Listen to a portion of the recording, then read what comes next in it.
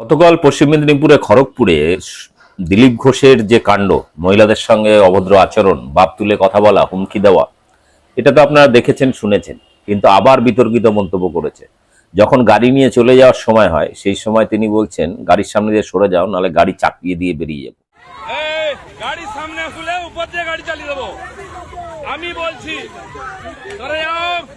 দিলীপ ঘোষের পাঙ্গা নিও না, দিলীপ ঘোষের পাঙ্গা নিও না। তোর দল চোর সব চলো, গাড়ি উপর চলো। গাড়িতে পিষে দেওয়ার হুমকি। আবার এই বিষয় নিয়ে আবার বিতর্কিত মন্তব্য নতুন করে।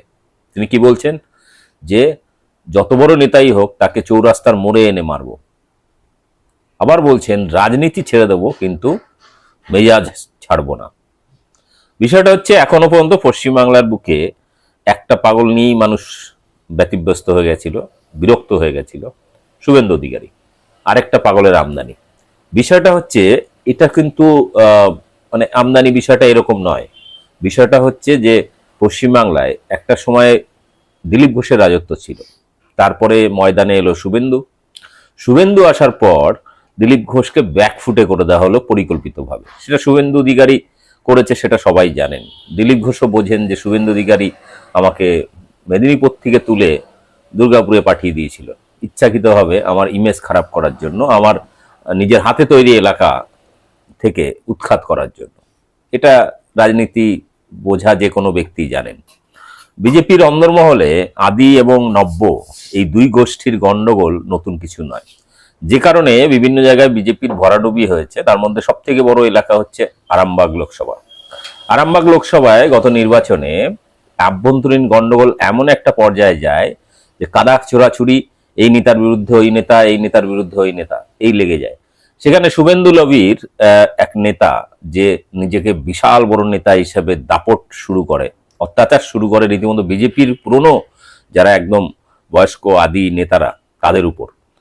এবং সেটা কিন্তু মেনে নিতে পারেনি অনেক সচেতন যারা কর্মী বা নিচুতলার বা আদি কর্মীরা। এবং সেই কারণে ভোটের সময় তারা কিন্তু সেইভাবে সক্রিয় হয়নি। এবার দেখার 26-এ আগামী বিধানসভা নির্বাচনে এই শুভেন্দু লবি আর দিলীপ ঘোষ লবির গন্ডগোলটা কোন পর্যায়ে দাঁড়ায়। তারা কি সত্যি সত্যি তৃণমূলের কাছে মাথা ব্যথার কারণ হয়ে দাঁড়াবে, না এই দুই লবির জন্য নিজেদের মধ্যে মারামারিতেই বিজেপি ধ্বংস হবে? সেটাই এখন সময়ের অপেক্ষা। তার থেকে বড় ব্যাপার হচ্ছে এখন ময়দানে যেহেতু দিলীপ ঘোষ, এবং দিলীপ ঘোষ আগাগোড়াই মিডিয়া বেশি হাইপ ক্রিয়েট করে। এবং আপনারা জানেন আগে যখন সকালবেলা রোজ ইকো পার্কে মর্নিং ওয়াক করতে যেতেন, সকালবেলা কোনো একটা বিষয় নিয়ে উৎপটকা মন্তব্য করতেন, স্বাধীন সেই নিয়ে চলতো বিভিন্ন চ্যানেলের চর্চা, এবং সবসময় টিআরপিতে থাকতে ভালোবাসতেন।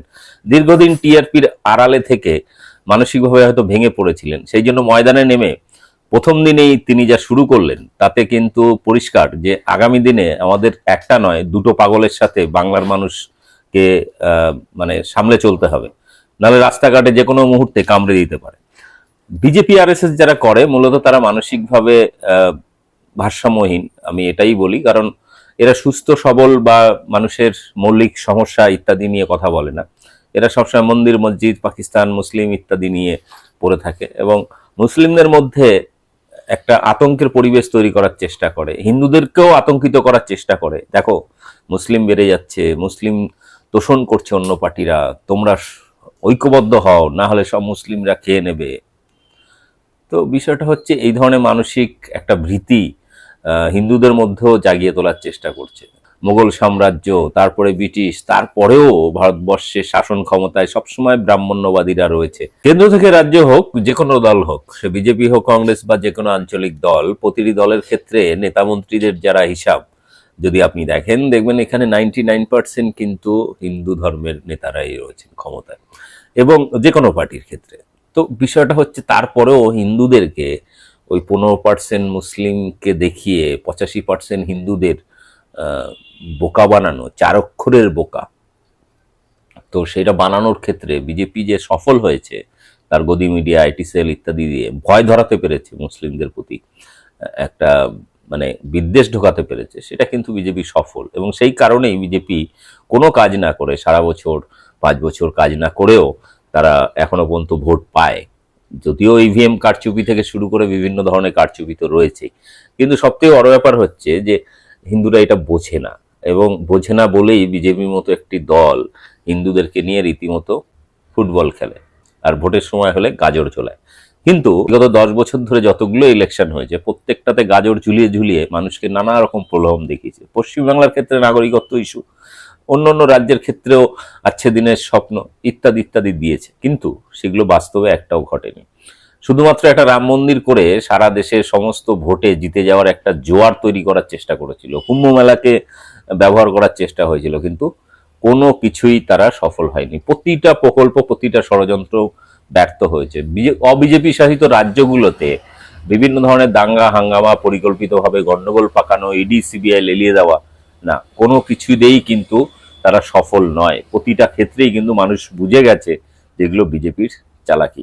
বাস্তবে বিজেপি শাসিত রাজ্যগুলোতে সব থেকে বেশি দুর্নীতি, সব থেকে বেশি নারী শিশু ধর্ষণ, খুন থেকে শুরু করে দলিত আদিবাসীদের উপর অত্যাচার, পুলিশি নির্যাতন, মহিলাদের উপর পুলিশি নির্যাতন, এমনকি প্রতিটা ক্ষেত্রে দুর্নীতি সব থেকে শীর্ষে কিন্তু বিজেপি শাসিত রাজ্যগুলোতে। ব্যাকফুটে থাকা দিলীপ ঘোষ বর্তমানে যেভাবে সামনের সারিতে আসছেন, এবং তাতে কিন্তু একটা জিনিস খুব চিন্তার, সেটা হচ্ছে নারী বিদ্বেষী বিজেপি, এটা কিন্তু বারবার প্রমাণিত হয়ে যাচ্ছে।